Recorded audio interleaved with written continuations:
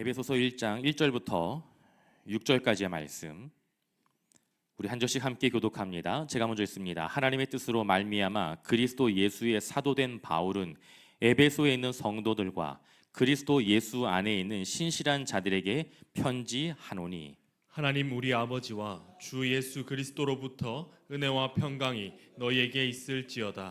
찬송하리로다. 하나님 곧 우리 주 예수 그리스도의 아버지께서 그리스도 안에서 하늘에 속한 모든 신령한 복을 우리에게 주시되 곧 창세 전에 그리스도 안에서 우리를 택하사 우리로 사랑 안에서 그 앞에 거룩하고 흠이 없게 하시려고 그 기쁘신 뜻대로 우리를 예정하사 예수 그리스도로 말미암아 자기의 아들들이 되게 하셨으니 이는 그가 사랑하시는 자 안에서 우리에게 거저 주시는 바 그의 은혜의 영광을 찬송하게 하려는 것이라. 아멘. 오늘부터 우리가 함께 묵상하게 되는 하나님의 말씀은 에베소서입니다. 에베소서. 여러분, 에베소서는요, 바울이 에베소 교회에 있는 성도들에게 보낸 편지 서신이었습니다. 당시 에베소는 바울에게 매우 특별한 곳이었어요. 당시 에베소는요, 약 한 25만 명 이상의 인구가 살고 있던 대도시였습니다. 지금의 튀르키의 옛날 지명으로 터키라고 이야기하는 그 지역의 서부 지역에 해당하는 도시가 바로 에베소입니다. 항구 도시의 특성상 우상 숭배가 만연했던 곳이 에베소였고, 이를 증명하듯 에베소에는요, 아데미라고 하는 아주 거대한 신상이 놓여져 있었습니다. 바울은 이처럼 우상 숭배가 만연한 에베소에 당장이라도 가서 복음을 증거하고 싶었지만 상황이 여의치 않아서 3차 전도 여행 때가 되어서야 비로소 바울은 에베소에 갈 수 있게 되었습니다. 바울은 에베소에서 3년 동안 머물렀다고 성경은 기록하고 있는데요, 이것은요, 바울이 한 도시에서 머물렀던 기간 중에 가장 오래된 기간이었습니다. 3년. 그 3년이라는 시간 동안 바울이 에베소에서 사역하는 그 긴 시간 동안 그 땅에는 큰 사역의 열매가 맺혀졌습니다. 두란노 서원에서 강론을 할 때는 아시아에 있던 수많은 사람들이 몰려와서 바울이 전한 하나님의 말씀을 들었습니다. 또한 다른 곳에서는 나타나지 않는 수많은 기적도 많이 발생하였습니다. 심지어 이런 일도 있었어요.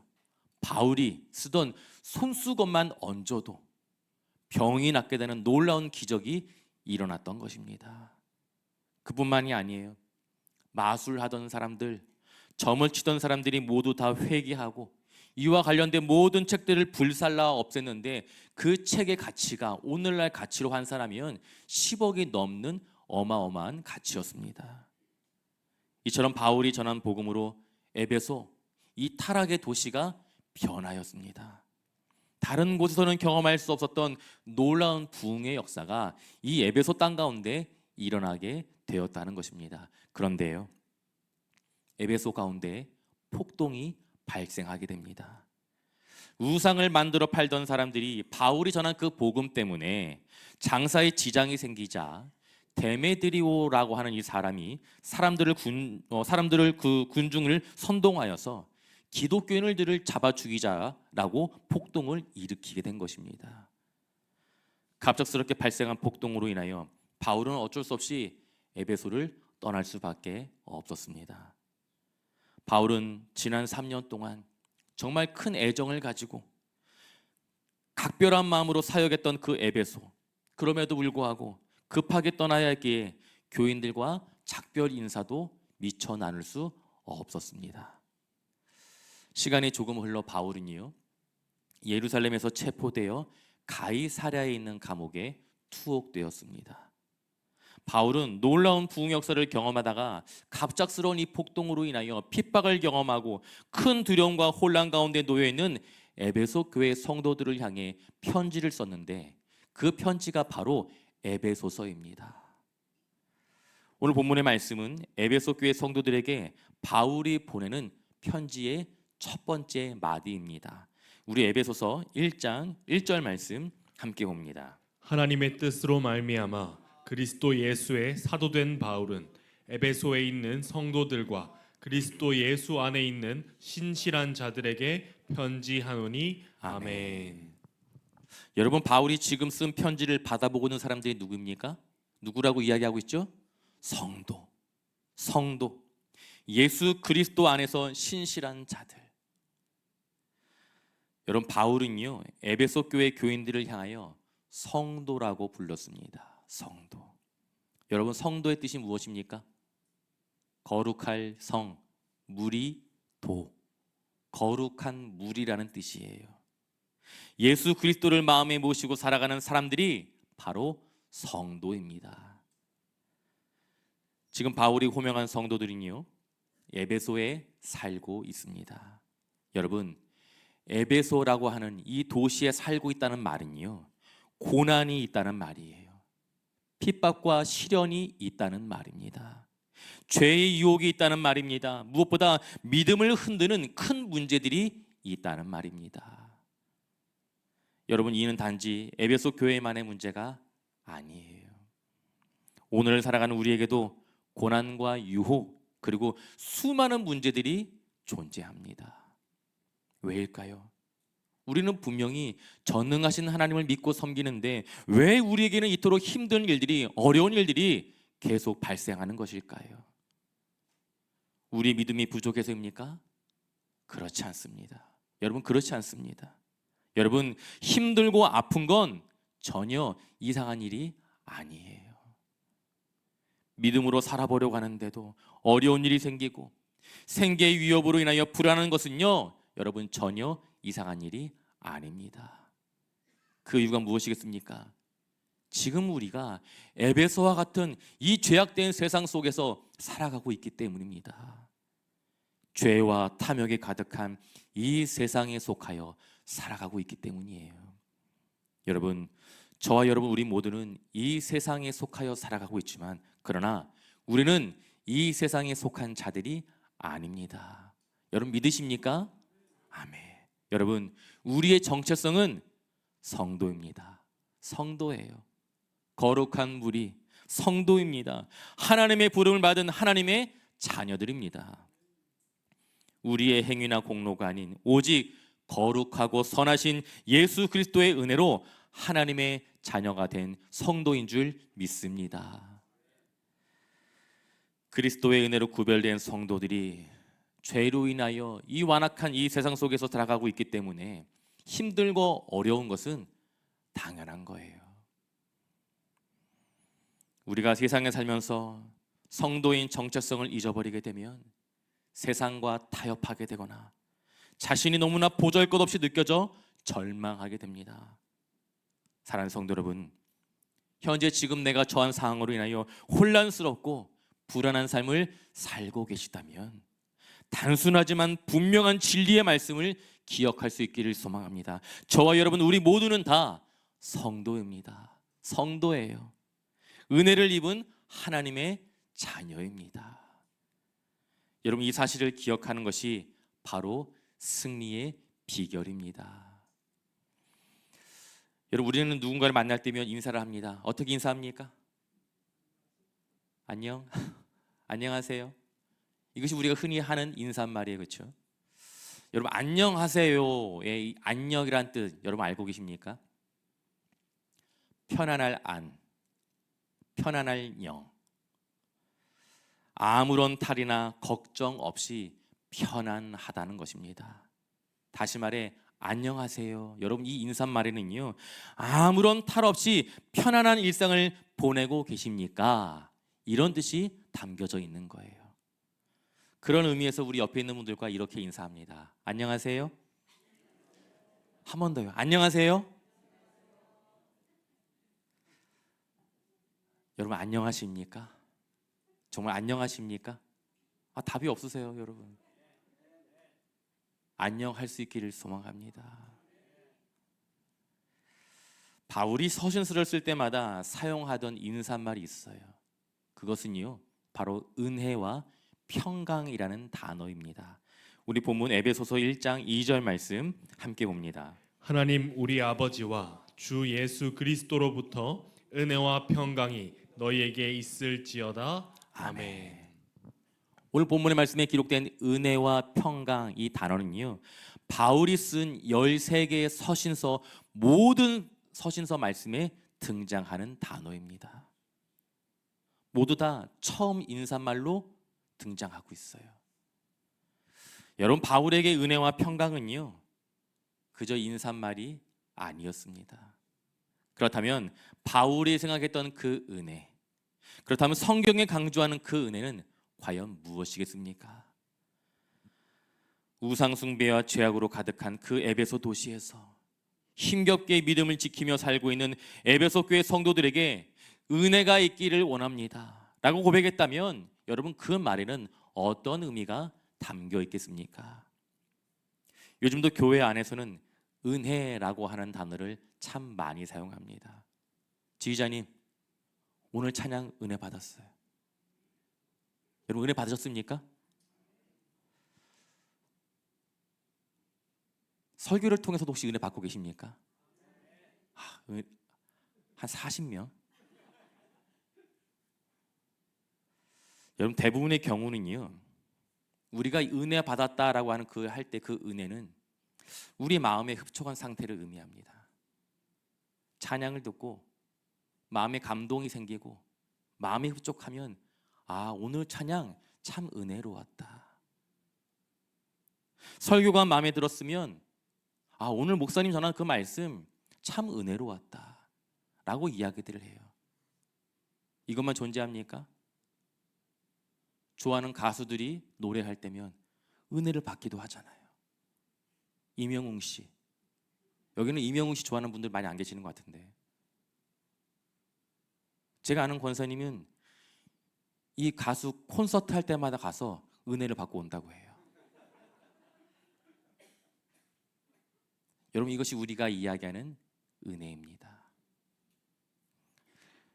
근데 여러분, 성경이 말하는 은혜는요, 단순히 감정의 상태나 마음의 흡족한 상태를 의미하는 것이 아닙니다. 아니에요. 성경이 말하는 은혜는요, 전혀 받을 만한 자격이 아닌 자에게 주어지는 무조건적인 사랑, 이것이 바로 은혜입니다. 받을 만한 그 어떠한 자격이 없음에도 불구하고 대가 없이 주어지는 것, 여러분, 이것이 바로 은혜라는 것입니다. 바울이 고백한 은혜는 아무런 자격 없는 자에게 아무런 조건 없이 임한 하나님의 사랑이었습니다. 바울은 그래서 이 은혜가 에베소 교회 성도들에게 있기를 원한다고 간절히 고백하고 간구하고 있는 거예요. 그렇다면 받을 만한 자격이 아닌 자들에게 주어진 그 은혜는 어떤 능력이 담겨 있을까요? 여러분, 한번 생각해 보세요. 우리가 은혜 받으면 어떤 어려움과 문제도 물리치고 사라지게 할 수 있습니까? 그렇지 않습니다. 문제와 어려움은 동일하게 남아 있어요. 여러분, 하나님의 사람들에게 가장 분명한 위로는 고난이 없는 것이 아니라, 고난이 없을 것이라 이 말이 아니라, 고난 중에서도 하나님이 함께 하신다는 사실입니다. 따라서 은혜는 우리가 어떤 상황 가운데 놓여 있을지라도 하나님이 나와 함께 하신다는 확신을 갖도록 만들어줍니다. 이것이 바로 은혜의 능력이에요. 우리 너무나 잘 알고 있는 말씀, 시편 23편 4절 말씀 함께 봅니다. 내가 사망의 음침한 골짜기로 다닐지라도 해를 두려워하지 않을 것은 주께서 나와 함께 하심이라. 주의 지팡이와 막대기가 나를 안위하시나이다. 아멘. 다윗은 하나님이 나와 함께 하시면 사망의 음침한 골짜기를 다니지 않게 될 것이라고 말하지 않았습니다. 여러분, 다윗의 고백은요, 사망의 음침한 골짜기를 다닐지라도 하나님이 나와 함께 하시기 때문에 해를 두려워하지 않을 것이라고 분명히 고백하고 있습니다. 여러분, 이것이 은혜의 능력이에요. 바울은 그 은혜의 힘, 그 은혜의 능력을 알고 있었기 때문에 고난과 핍박 속에 놓여있는 에베소 성도들을 향해 환난을 면하기보다 은혜 안에 거할 수 있기를 간절히 기도하고 소망하였던 것입니다.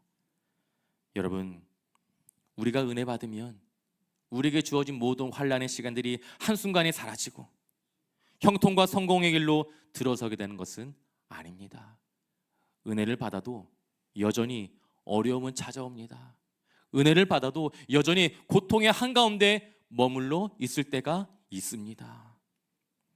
여러분, 은혜 받으면 시련과 고통이 사라지는 것이 아니라 시련의 그 한가운데서도 낙심하지 않고 다시 일어설 수 있게 되는 힘, 이것이 바로 은혜의 능력인 줄 믿습니다. 하나님의 주권적인 섭리 가운데 왜 우리의 삶 가운데 고난과 고통, 시련을 허락하셨는지 우리는 알 수 없지만, 그러나 어떠한 상황 속에서도 하나님의 사랑을 의심하지 않을 수 있는 것은요, 그 어떤 시련과 고난도 끊을 수 없는 하나님의 사랑, 무엇입니까? 자격 없는 자에게 주어지는 무조건적인 사랑, 그 은혜를 예수 그리스도를 통하여 확신하였기 때문입니다. 여러분, 이것이 바로 은혜예요. 이와 같은 은혜가 저와 여러분 우리의 삶 가운데 충만할 수 있기를 예수님의 이름으로 축원드립니다. 바울의 인사 가운데 나오는 두 번째 단어는 평강입니다. 무엇이라고요? 평강. 평화, 평안, 샬롬 다 같은 단어예요. 여러분, 사람이 고난을 당하게 되면 마음이 불안해지고 두려움을 느끼게 되는 것은 지극히 당연한 것입니다. 그럴 때 어떻게 합니까? 숨을 크게 들이마십니다. 그리고 마음을 안정시키기 위해 애쓰고 노력합니다. 그러나 여러분, 이러한 마음의 상태를 지속적으로 유지하는 것이 신앙의 궁극적인 목적은 아닙니다. 여러분, 평정심을 유지하는 방법은요, 사실 기독교 신앙이 아니어도 세상에 존재하는 수많은 방법들이 있습니다. 뭐가 있을까요? 요가도 있어요. 묵상도 있습니다. 운동도 있습니다. 저와 같은 사람은 잠을 자기도 해요. 또 어떤 분들은 주님을 찾기도 하시더라고요. 어떤 주님입니까? 막걸리 주님, 참이슬 주님. 그 주님을 통해 마시게 되는 그 한 모금이 내 목구멍을 통해 위장까지 내려가는 그 시간을 통해 진정한 평안을 느끼게 될 때가 있어요. 여러분, 아닌 것처럼 그렇게 앉아 계시면 경험해 보셨잖아요. 그 소주 한 잔이 주는 위로, 막걸리 한 잔이 주는 평안함. 여러분, 평강은요, 마음의 안정을 의미하는 단어가 아닙니다. 지금 나의 마음과 상황은 복잡하더라도 그 마음 가운데 남아있는 관계적 확신이 바로 평안, 평화, 평강입니다. 따라서 여러분, 참된 평화란 평안한 상태가 아니라 하나님의 관계에서 이루어지는 것입니다. 여러분, 많은 사람들은요, 문제의 본질을 떠나 평화로운 상태를 유지하려고만 애씁니다.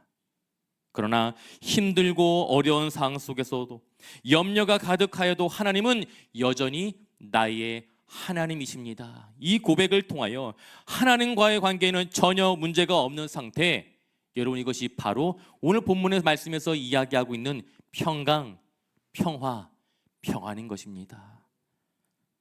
아무리 사업이 잘 되고 잔잔한 바다 위로 마치 순풍에 단 돛단 듯이 인생이 잘 풀려도 하나님과의 관계가 깨어져 소원해지고 구원의 확신이 없다면 여러분, 그것은 결코 평안, 평강이 될 수 없습니다. 바울이 에베소 교회의 성도들에게 문안을 전하며 가장 궁금했던 것, 그리고 가장 원했던 것은 그들이 예수 그리스도를 통하여 하나님의 자녀가 되었다는 이 엄청난 은혜를 여전히 붙들고 살아가고 있는가, 바로 이것이었습니다. 지금 나에게 주어진 상은 너무나 불안하고 두렵지만 그럼에도 불구하고 하나님이 나를 사랑하시고 하나님이 나와 함께 하신다는 이 분명한 믿음이 있기 때문에 하나님이 나와 함께 하신다면 그 어떤 것도 문제가 될 수 없습니다 라고 고백할 수 있는 것이 평강, 평안입니다. 여러분, 평강은요, 편안은요, 두렵지 않다는 말이 아니에요. 어렵지 않다는 말이 아닙니다. 걱정이 없다는 말도 아닙니다. 무엇을 먹고 살아야 할지, 무엇을 해야 할지 여전히 불확실한 상황 가운데 놓여 있지만 그럼에도 불구하고 하나님이 나와 함께하고 계시며 그 하나님이 나를 사랑하신다는 것은 확신합니다. 이 믿음을 붙드는 것이 평강이에요. 따라서 평강은요, 우리에게 주어진 상황과 환경을 통해 확인되는 것이 아닙니다. 오직 예수 그리스도를 통해 확인할 수 있는 것입니다. 그리스도 예수를 통한 하나님과의 관계가 흔들림 없다면 여러분 그것이 바로 평강, 평안입니다. 여러분 평안하십니까? 평안하십니까? 평안할 수 있기를 간절히 소망합니다. 여러분 잘 살고 못 살고를 떠나서 고난이 있고 없고를 떠나서 이와 같은 은혜와 평강이 우리에게 있기를 소망합니다. 우리 이어서 에베소서 1장 4절과 5절 말씀도 우리 함께 봅니다. 곧 창세 전에 그리스도 안에서 우리를 택하사 우리로 사랑 안에서 그 앞에 거룩하고 흠이 없게 하시려고 그 기쁘신 뜻대로 우리를 예정하사 예수 그리스도로 말미암아 자기의 아들들이 되게 하셨으니 아멘.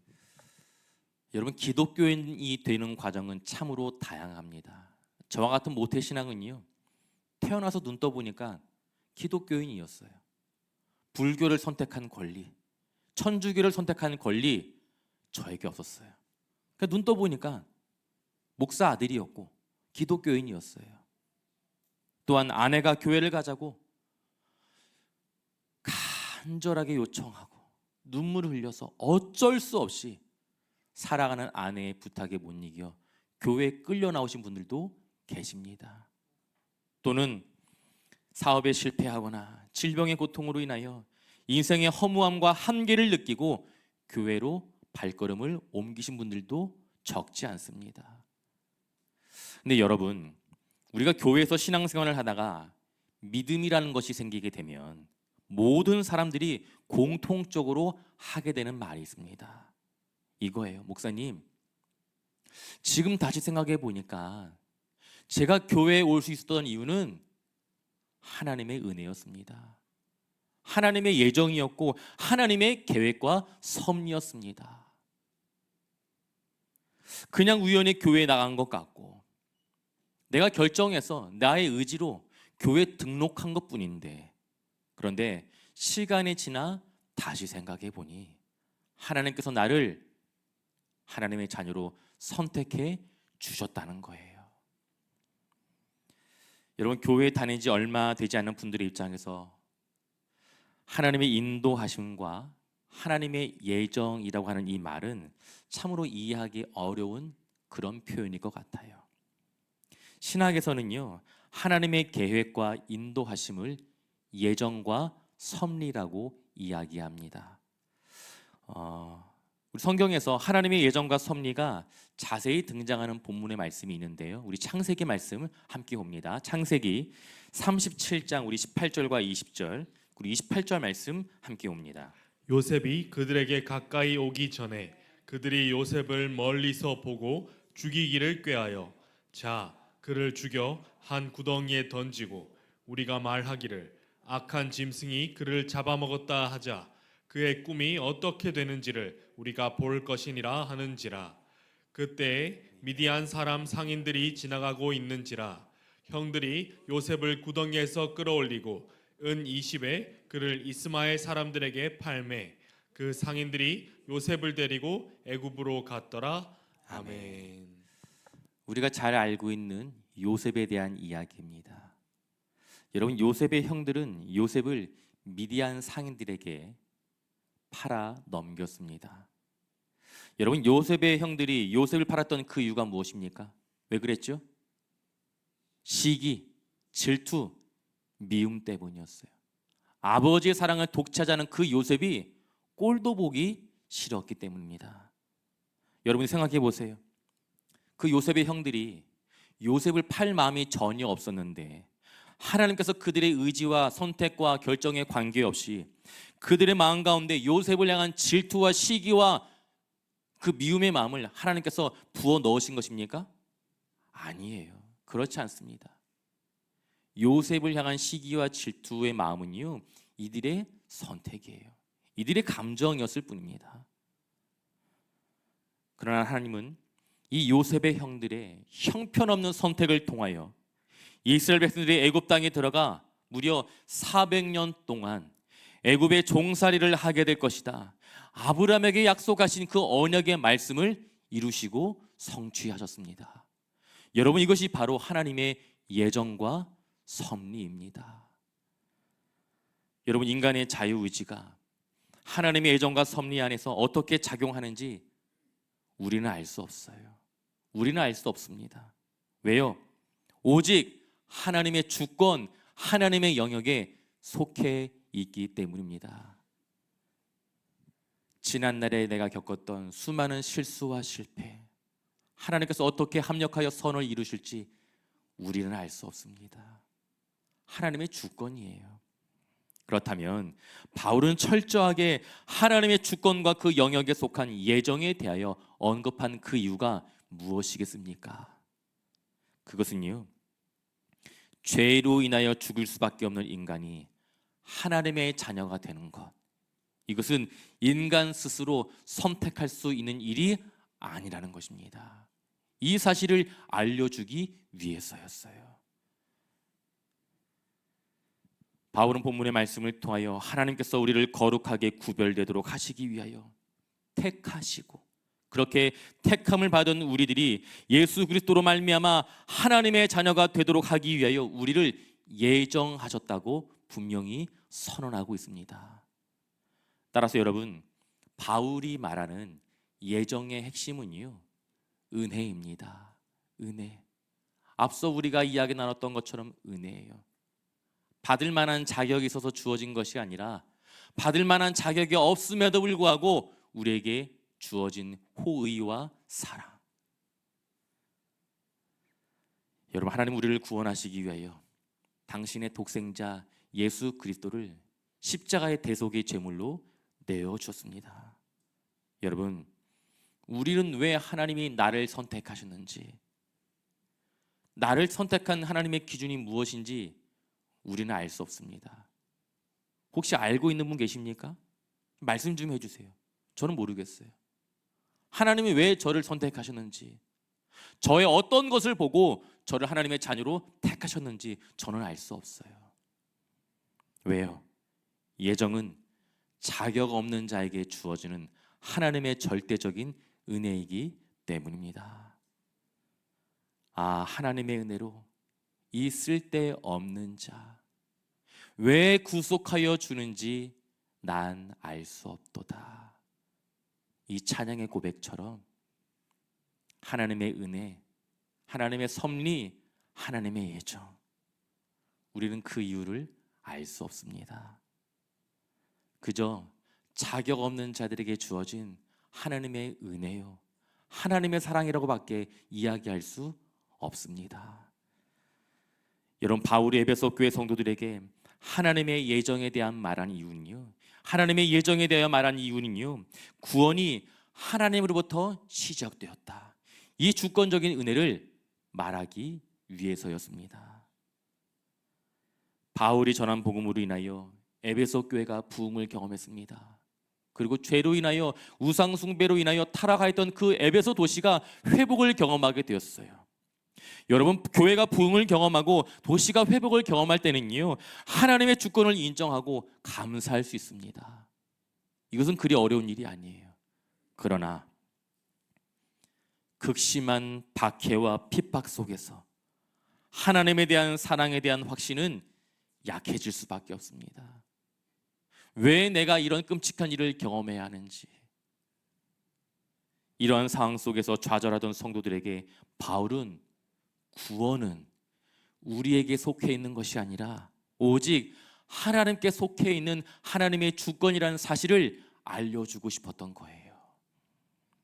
사랑하는 성도 여러분, 우리가 하나님을 선택한 것이 아닙니다. 아니에요. 하나님이 먼저 우리를 선택해 주셨습니다. 따라서 우리의 믿음은요, 전적인 하나님의 은혜의 결과인 줄 믿습니다. 여러분, 그럼에도 불구하고 우리는 흔들릴 수 있어요. 우리는 넘어질 수 있습니다. 두려움과 불안에 떨며 낙심할 수 있습니다. 그럼에도 불구하고요, 하나님은 우리를 버리지 않습니다. 왜요? 그 이유가 무엇입니까? 구원은 우리의 의지로 시작된 일이 아니라 전능하시고 선하신 하나님의 주권으로부터 시작된 하나님의 역사이기 때문입니다. 우리의 구원이 우리의 손에 달려 있는 것이라면 여러분, 우리는 소망 없습니다. 소망 없어요. 그러나 우리에게 소망이 있을 수 있는 그 이유는 처음부터 우리의 구원이 우리의 손에 달려 있는 것이 아니라 하나님의 손에 달려 있는 하나님의 섭리이기 때문인 줄 믿습니다. 말씀을 정리합니다. 사랑하는 성도 여러분, 하나님께서 저와 여러분을 하나님의 자녀로 선택해 주셨습니다. 비록 지금 나의 모습이 너무나 형편없어 보이고 매 순간순간마다 넘어지고 내가 정말 구원받은 하나님의 자녀가 맞는가 의심될 때가 있어요. 그럼에도 불구하고 하나님은 저와 여러분, 우리 모두를 하나님의 자녀로 삼으시기 전에 창세 전부터 이미 저와 여러분 우리 모두를 선택해 주셨습니다. 여러분, 이것이 은혜가 아니면 무엇이라고 이야기할 수 있겠습니까? 우리의 인생은 전능하고 선하신 하나님의 능력의 손에 달려 있습니다. 이번 한 주간 우리의 발길이 내디는 그곳에서 하나님의 평강, 여호와 샬롬, 하나님의 은혜가 가득하고 충만하길 소망합니다. 더 나아가 우리의 입술을 통하여 하나님의 은혜를 향한 영광의 찬송이 내가 속한 모든 곳마다 울려 퍼지는 성동 중앙의 모든 믿음의 권속들이 될 수 있기를 예수님의 이름으로 축원드립니다.